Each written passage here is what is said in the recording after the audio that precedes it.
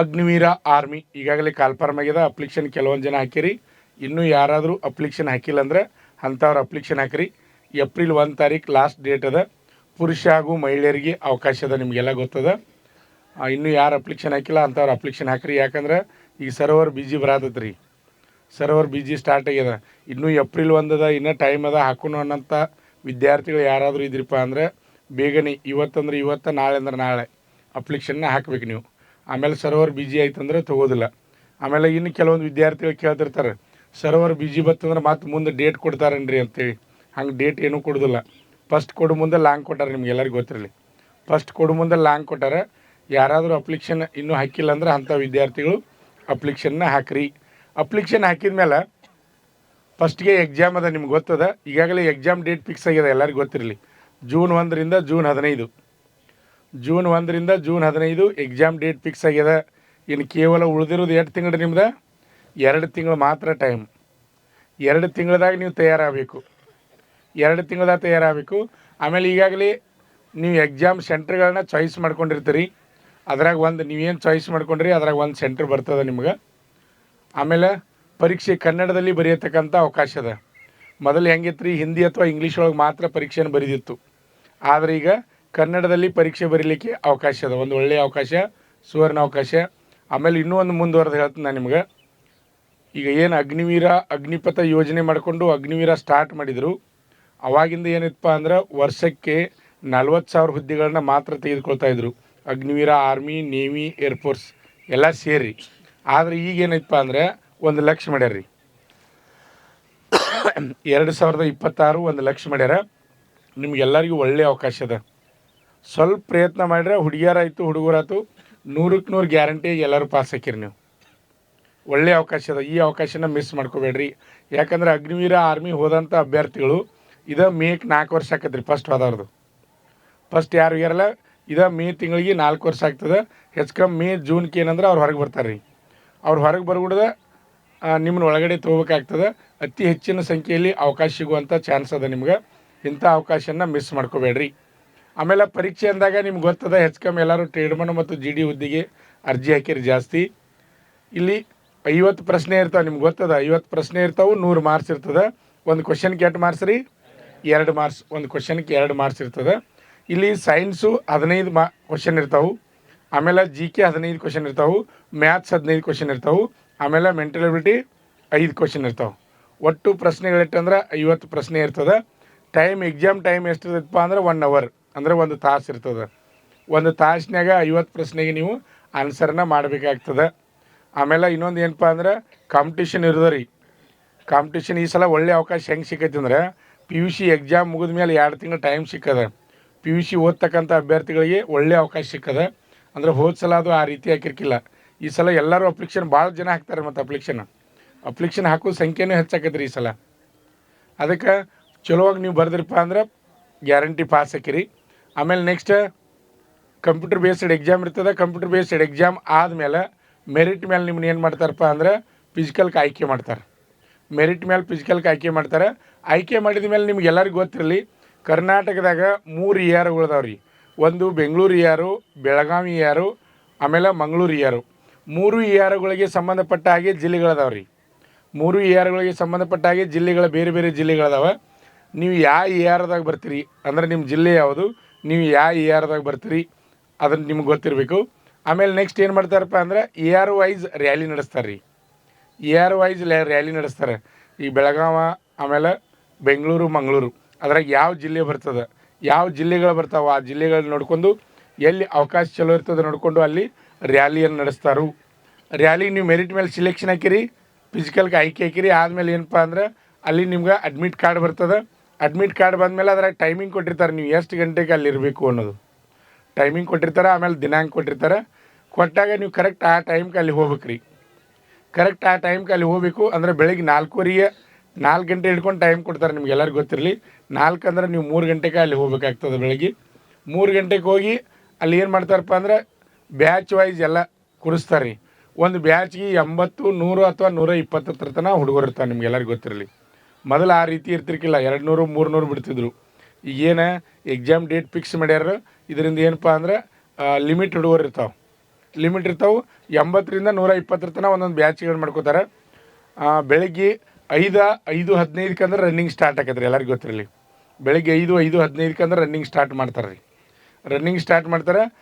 Running ನೋಡಿರಿ, ಎಲ್ಲರಿಗೂ ನಿಮ್ಗೆ ಗೊತ್ತದ 1600 ಮೀಟ್ರ್ ಓಟವನ್ನು 8 ನಿಮಿಷನಾಗ ಕಂಪ್ಲೀಟ್ ಮಾಡ್ಬೇಕು ರೀ.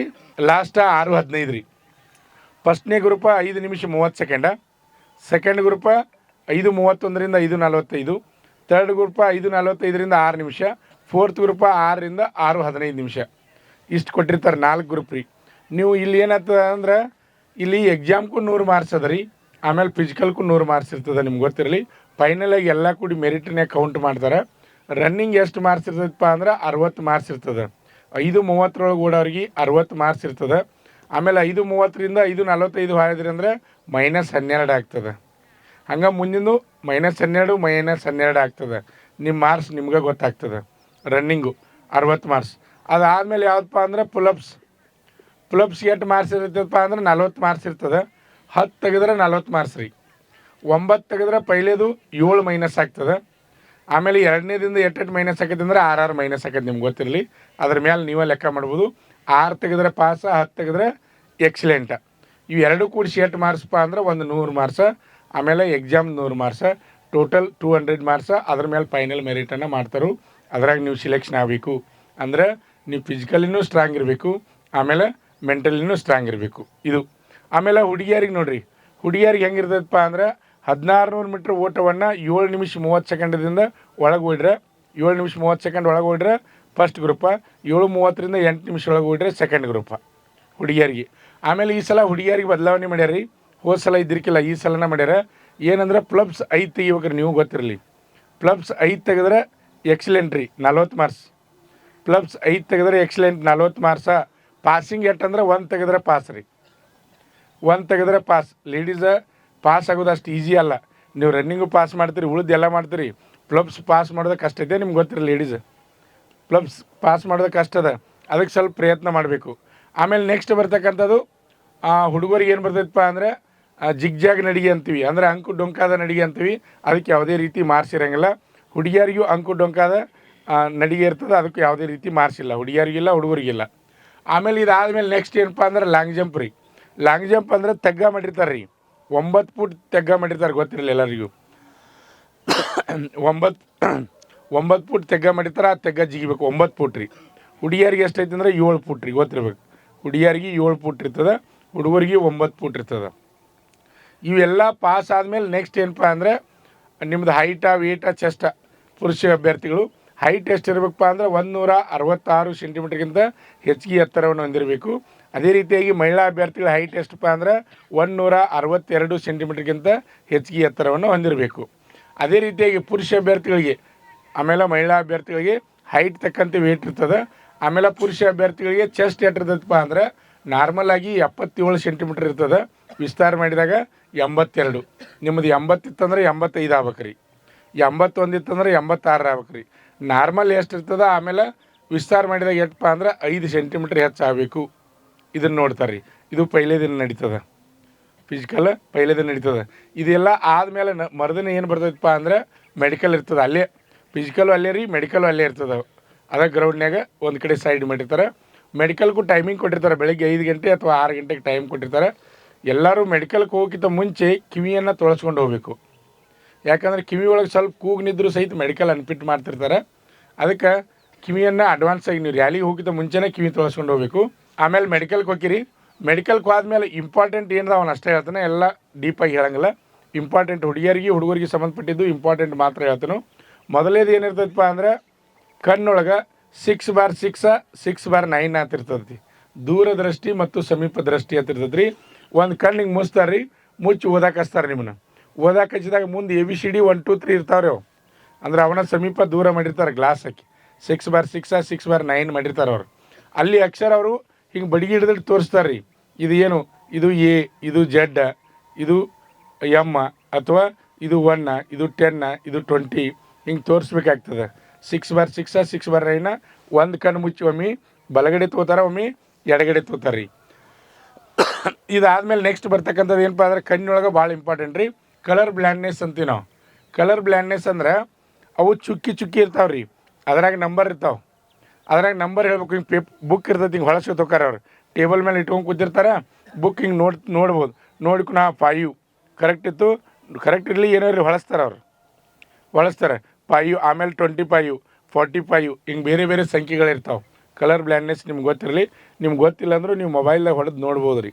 ಕಲರ್ ಬ್ಲ್ಯಾಂಡ್ನೆಸ್ ಅಂತ ಮೊಬೈಲ್ನಾಗ ನೀವು ಹೊಡೆದ್ರೆ ನಿಮ್ಗೆ ಗೊತ್ತಾಕತ್ತೆ ರೀ ಚಾರ್ಟ್ ಯಾವ ರೀತಿ ಇರ್ತದೆ. ನಿಮಗೆ ಕಣ್ಣು ನೀವೇ ಚೆಕ್ ಮಾಡ್ಬೋದು, ಮೊಬೈಲ್ದಾಗೂ ಚೆಕ್ ಮಾಡ್ಕೋಬೋದು ನೀವು. ಹಂಗಿರ್ತದೆ, ಹುಡುಗಿಯರಿಗೂ ಇರ್ತದೆ, ಹುಡುಗರಿಗೂ ಇರ್ತದೆ. ಆಮೇಲೆ ಇದಾದಮೇಲೆ ನೆಕ್ಸ್ಟ್ ಬರ್ತಕ್ಕಂಥದ್ದು ಏನಪ್ಪ ಅಂದ್ರೆ ಕಣ್ಣೊಳಗೆ ಬ್ಯಾಲೆನ್ಸ್ ಅಂತೀವಿ.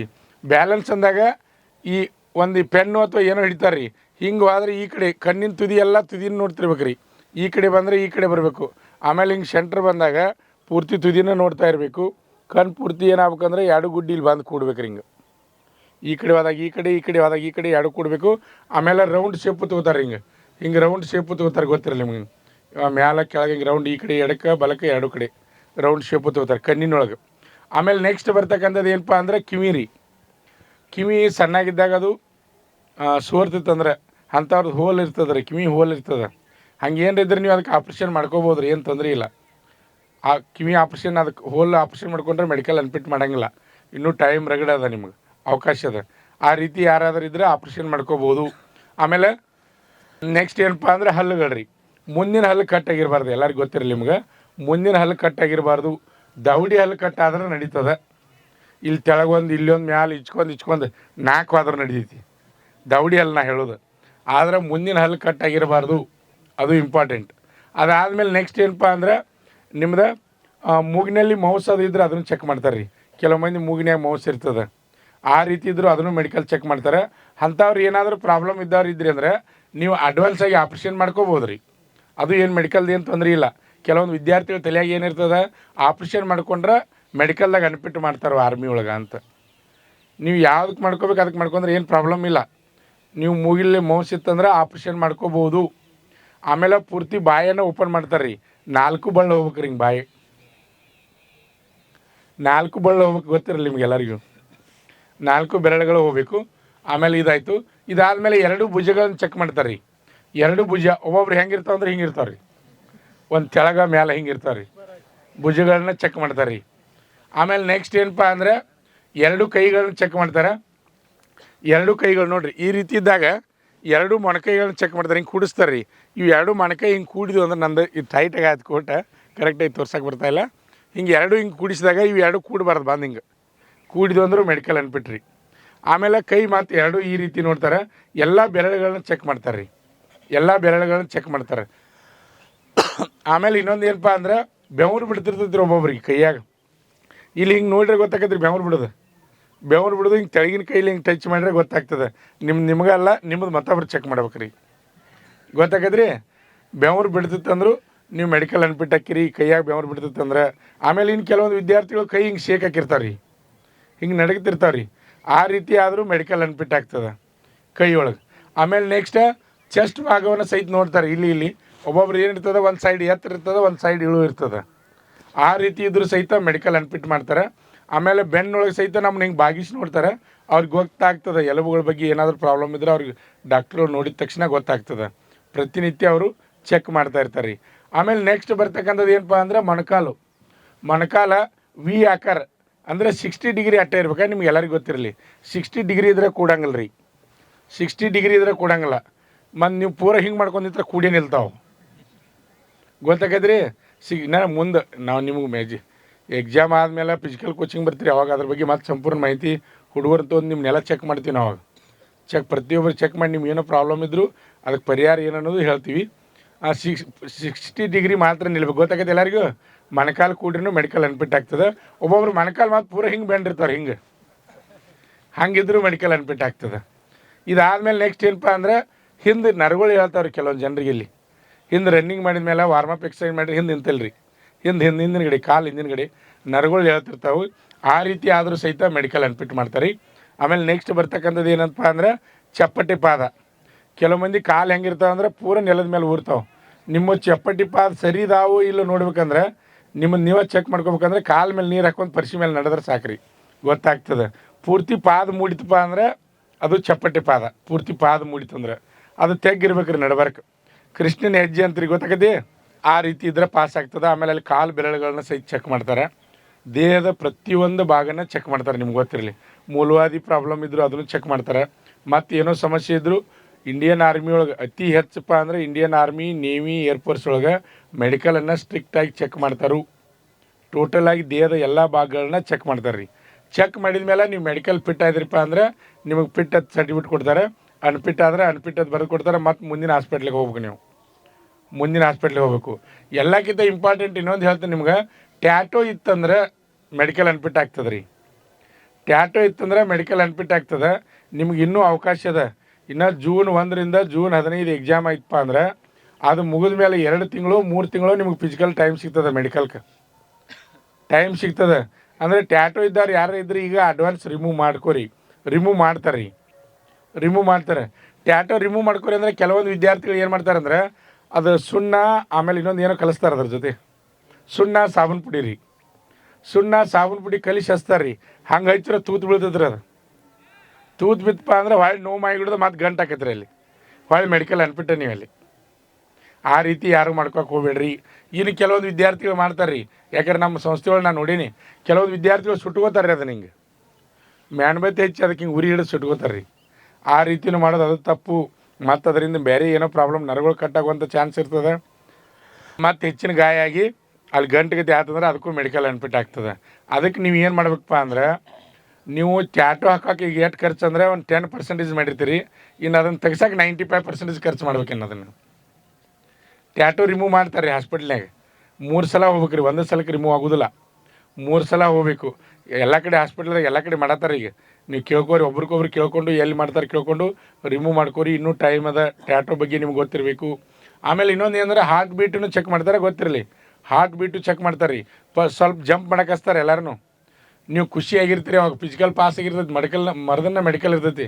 ನಮ್ಮ ಕೋಚಿಂಗ್ ವಿದ್ಯಾರ್ಥಿ ಒಬ್ಬ ಇದ್ರಿ, ಇಲ್ಲಿ ಏನೇನು ವಾರ್ಮಪ್ ಮಾಡ್ತಾರೆ ಅಲ್ಲೆಲ್ಲ ವಾರ್ಮಪ್ ಮಾಡಿಬಿಟ್ಟದ. ನಾವು ಆ ಹಾರ್ಟ್ ಬೀಟ್ನಾಗ ಮೆಡಿಕಲ್ ಅನ್ಬಿಟ್ಟದ. ರಕ್ತದ ಒತ್ತಡ ಹೆಚ್ಚಾಕದ್ರಿ. ಅವ್ರು ಜಂಪ್ ಮಾಡಂತಾರೆ ಅಷ್ಟೇ, ಒಂದು ಲೆವೆಲ್ ಇರ್ಬೇಕು ಅಷ್ಟೇ ಸ್ವಲ್ಪ.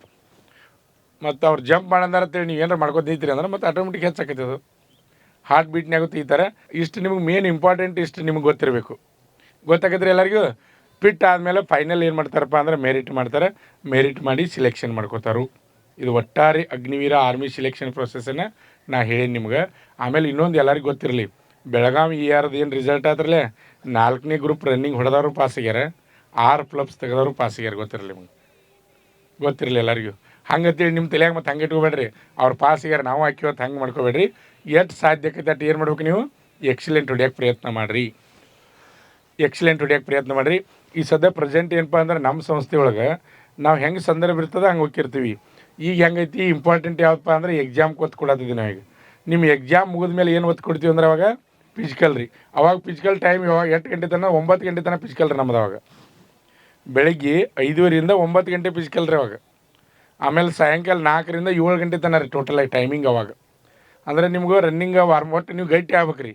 ನಿಮ್ಗೆ ಗೊತ್ತಿಲ್ಲದೆ ನೀವು ಗಟ್ಟಿ ಆಗ್ಬೇಕು. ಖೋ ಖೋ ಆಡಿಸೋದು, ಕಬಡ್ಡಿ ಆಡಿಸೋದು, ಬೇರೆ ಬೇರೆ ಫುಟ್ಬಾಲ್ ಆಡಿಸೋದು, ವಾಲಿಬಾಲ್ ಆಡಿಸೋದು. ಅಂದರೆ ಅದ್ರ ಜೊತೆ ರೀ ನಾ ಹೇಳೋದು ರನ್ನಿಂಗು ಪ್ಲಬ್ಸ್ ಎಲ್ಲ ಮಾಡ್ಕೋತ ಒಟ್ಟಾರೆಯಾಗಿ ಏನಪ್ಪ ಅಂದರೆ ನಿಮ್ಗೆ ಗೊತ್ತಿಲ್ಲದೇ ದೇಹ ನಿಮ್ಮದು ಗಟ್ಟಿ ಆಗ್ಬೇಕು ರೀ. ಆ ರೀತಿ ನಾವು ಪ್ರಯತ್ನವನ್ನು ಮಾಡ್ತಾಯಿರ್ತೀವಿ, ಗೊತ್ತಿರಲಿ ನಿಮ್ಗೆ. ಆಮೇಲೆ ಎಲ್ಲರಿಗೂ ನಿಮ್ಗೆ ಗೊತ್ತದ ಈ ಕೋಚಿಂಗ್ ಫೀಸು 12,400 ಫಸ್ಟ್ ತಿಂಗಳು ತುಂಬೇರಿ. 2ನೇ ತಿಂಗಳದಿಂದ ಏನಪ್ಪ ಅಂದರೆ ಊಟ ವಸ್ತಿದು ಮಾತ್ರ ತಿಂಗಳ 6,000 ತುಂಬೋದು. ಅದು ಎಲ್ಲಿ ತನ ಅಂದರೆ ನೀವು ಸಿಲೆಕ್ಷನ್ ಆಗುತ್ತಾನ ರೀ. ಏನು ಒಮ್ಮೆ 5,000 ತುಂಬಿರಲೇ ಕೋಚಿಂಗ್ ಫೀ. ಅದು ಎಲ್ಲಿ ತನ ಅಂದ್ರೆ ನೀವು ಸಿಲೆಕ್ಷನ್ ಆಗುತ್ತಾನ ಗೊತ್ತಿರಲಿ. ನೀವು ಎಕ್ಸಾಮ್ ಬರಿತೀರಿ, 1 ತಿಂಗಳು 2 ತಿಂಗಳು ಊರಿಗೆ ಹೋಗ್ತೀರಿ, ಮತ್ತು ಹೊಳ್ಳಿ ತಿರುಗಿ ಬಂದಾಗ ಕೋಚಿಂಗ್ ಫೀ ಇರೋಂಗಿಲ್ಲ. ಊಟ ವಸ್ತಿದು ಮಾತ್ರ ತಿಂಗಳ 6,000 ತುಂಬೋದು. ಗೊತ್ತಾಗತ್ತೆ ಎಲ್ಲರಿಗೂ. ನಮ್ಮ ಸಂಸ್ಥೆಗೆ ಬಂದರೆ ಅಂದರೆ ಎಲ್ಲರೂ ಪಾಸ್ ಆಗಬೇಕು. ಈ ಸಲ ಅಂತೂ ವಿದ್ಯಾರ್ಥಿಗಳು ಭಾಳ ಜನ ಅತಿ ಹೆಚ್ಚಿನ ಸಂಖ್ಯೆಯಲ್ಲಿ ಪಾಸ್ ಹಾಕಿರಿ ನಾನು ಅನ್ಕೊಂಡೇನೆ ರೀ. ಯಾಕಂದ್ರೆ ಕ್ಲಾಸ್ ಮಾಡೋ ಮುಂದೆ ನಮ್ಗೆ ಗೊತ್ತಾಗ್ತದೆ ಯಾವ ವಿದ್ಯಾರ್ಥಿಗಳು ಹೆಂಗೆ ಅನ್ನೋದು ಗೊತ್ತಾಗ್ತದೆ. ಅತಿ ಹೆಚ್ಚಿನ ಸಂಖ್ಯೆಯಲ್ಲಿ ಪಾಸ್ ಹಾಕಿರಿ ನೀವು. ನನ್ನ ಕನಸು ಏನಂದ್ರೆ ಎಲ್ಲರೂ ಪಾಸ್ ಆಗ್ಬೇಕಂತ ನನ್ನ ಆಸೆ. ಎಲ್ಲರೂ ಪಾಸ್ ಆಗ್ಬೇಕಂತ, ಒಬ್ಬರೇ ಇಬ್ಬರಲ್ಲ, ಎಲ್ಲರೂ ಪಾಸ್ ಆಗ್ಬೇಕು. ರಿಕಾರ್ಡ್ ಆಗ್ಬೇಕು ರೀ. ಅದು ರಿಕಾರ್ಡ್ ಆಗ್ಬೇಕಂತ ನಿಮ್ಗೊಂದು ಸ್ವಲ್ಪ ಹಾರ್ಡ್ ವರ್ಕ್ ಕೊಡೋಕೆ ಪ್ರಯತ್ನ ಮಾಡತ್ತೀವಿ. ರಾತ್ರಿ ಅಲ್ಲೇ ನಾನು ನೀನು ಕ್ಯಾಮ್ರಾದಾಗ ಕುತ್ಕೊಂಡು ನೋಡತ್ತೀನಿ. ಲೇಡೀಸ್ ಯಾರೋ ಕೂತಲ್ಲೇ ನಿದ್ದೆ ಮಾಡತ್ತಿದ್ರು ಅಲ್ಲೇ. ಕ್ಯಾಮ್ರಾದಾಗ ಎಲ್ಲ ಲೈವ್ ಇರ್ತೈತೆ ಗೊತ್ತಿರಲಿ ನಿಮ್ಗೆ.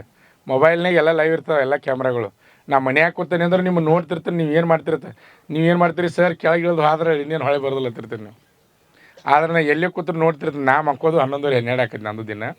ಅದಕ್ಕೆ ನಾವು ನಿಮ್ಗೆ ಹಾರ್ಡ್ ವರ್ಕ್ ಕೊಡೋದು ತಪ್ಪು ತಿಳ್ಕೊಬೇಡ್ರಿ ದಯವಿಟ್ಟು ಯಾರು. ನೀವೆಲ್ಲರೂ ಪಾಸ್ ಆಗ್ಬೇಕಂತೇಳಿ ನಮ್ಮ ಕನಸದ, ನಿಮ್ಮ ತಾಯಿ ತಂದೆ ಕನಸು ಅದ, ಆ ಕನಸನ್ನು ಈಡೇರಿಸಬೇಕು. ಓಕೆ, ಪಾಸ್ ಸಿಕ್ಕಿರಿ ಎಲ್ಲರೂ? ಹಾಂ.